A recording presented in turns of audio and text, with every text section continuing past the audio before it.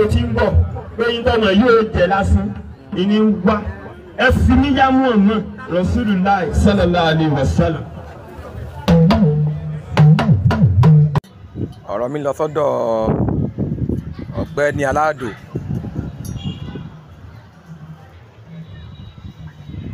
Ó ga gan o, in fact mo wà disappointed gan nínú ẹ̀.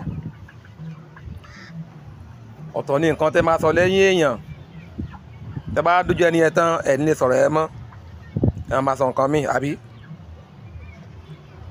ládùú ọ̀rọ̀ tí wọ́n ti sọ lẹ́yìn Sheikh Labeeb yẹn, tó ti sọ ọ̀rọ̀ wọn, tó sọ̀rọ̀ wọn lọ́nà tí ò tiẹ̀ ṣe é gbọ́ létí rárá. tó wá déwájú wọn lójú agbo wa lọ ṣe Sheikh kíní kan ẹ̀fí mi yá mọ̀ ẹ̀fí mi yá. ó gbádùn gara ó gbádùn rárá, ó mọ nǹkan tó ń ṣe. ṣé bí ọmọ Ìbàdàn ló pẹ́ra ẹ̀ oníbàdàn ni ẹ́? ìwọ yóò kí sọ ọmọ Ìbàdàn o, ọmọ Ìbàdàn ni ẹ́? Ìbàdàn kì í ṣe báyẹn náà. nǹkan téèyàn bá lè sọ lẹ́yìn èèyàn ó yẹ kéèyàn lè sọ lójú ẹ̀. kí ṣe bá ojú wa jírí kíní kan bàbá wa o, ẹ̀yin náà ni ẹ fi mí yá mọ̀ ẹ fi mí ṣe. ó mọ nǹkan tó ń ṣe, ó ti yí ẹ̀ nǹkan tó jẹ̀lẹ̀ ń wá o, ìwọ ló ń ṣe kíní kan o rẹ̀.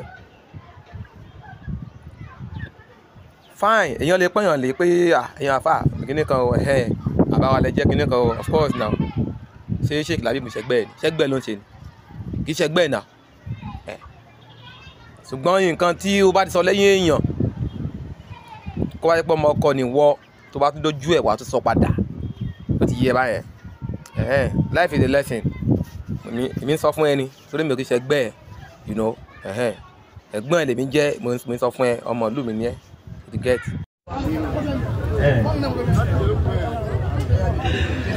kí ni mo wá fẹ́ sọ wájú àwọn bàbá kí ni mo fẹ́ sọ.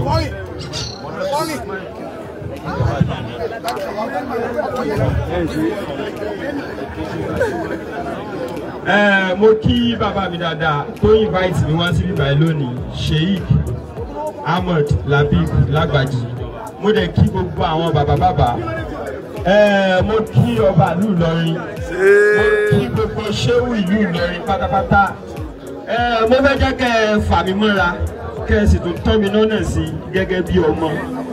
ṣe rí gbogbo ìta bá ṣe lórí mídíà, ìgbà míì òótọ́ ọ̀rọ̀ mo fẹ́ sọ, ṣùgbọ́n ọmọ kékeré ni mí, ẹnu ò gbé mi, àti pé yìí láǹfààní láti kéwù.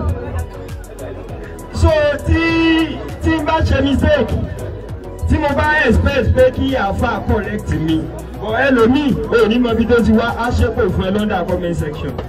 ẹlòmíì tínú tiẹ̀ náà yóò gbé retaliate tí ó wà sí sọ.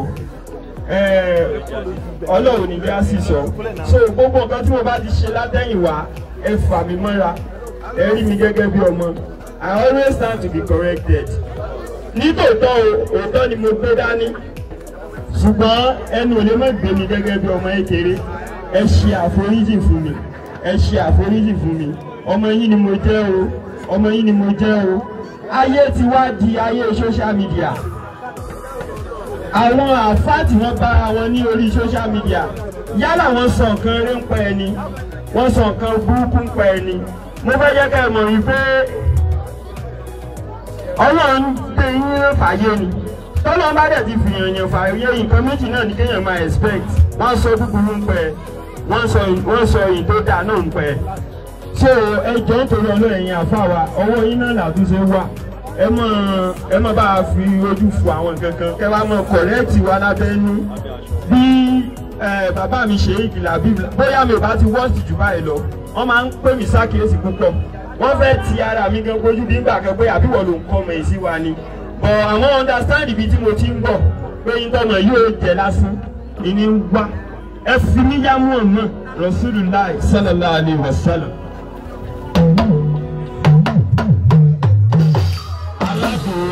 aládùn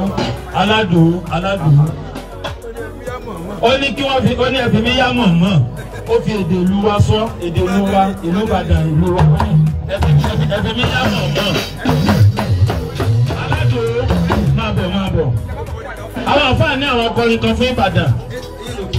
Àbá làwọn tó kọ. Bàbá ọlọ́rẹ̀ Ìbàdàn ni wọ́n. Ọ̀rẹ́ àwọn àfáà sì ni wọ́n. Ìlú Ọ̀yọ́ ló lọ lá kámọ́kúrọ́. Ìlú Ọ̀yọ́ ló lọ lá kámọ́kúrọ́. Ìbàdàn ló ní ká sọ̀rọ̀. Ìlọrin ló mẹ̀wọ̀n kúrá ní kí. Ìlú Ọ̀yọ́ ló lọ lá